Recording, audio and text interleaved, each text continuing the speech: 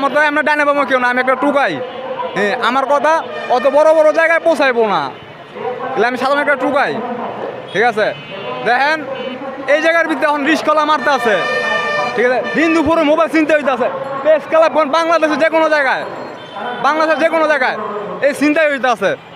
এই ছিনতাইকারীরা প্রকাশ্যে আবার ঘুরে বেড়াইতে আছে। হ্যাঁ, এটা কেউ ধরতেছে না, এটা কেউ ধরতেছে না। এইখানে দেখবেন, ঠিক আছে, পলন মোচরে কিছু কিছু মানুষ, ঠিক আছে, মানে পোশাক পাল্টাইছে কিন্তু ভিতরে শয়তানটারে ঢাকা রাখছে। ঠিক আছে, ভিতরে শয়তানটারে ঢাকা রাখছে।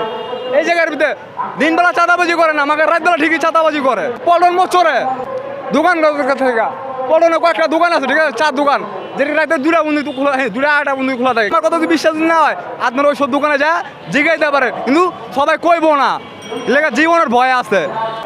ভাই এরা দল আছে, ভাই এটি দল আছে। ঠিক আছে, দল ছাড়া কিছু হয় না। যেমন ক্ষমতা ছাড়া গতি দেবো হয় না, এমন দল ছাড়া কিছু হয় না। এটি যেমন একটা গুরু। ভাই আমি নাম কথা পারব না, গেলে নাম বলে আমার সমস্যা।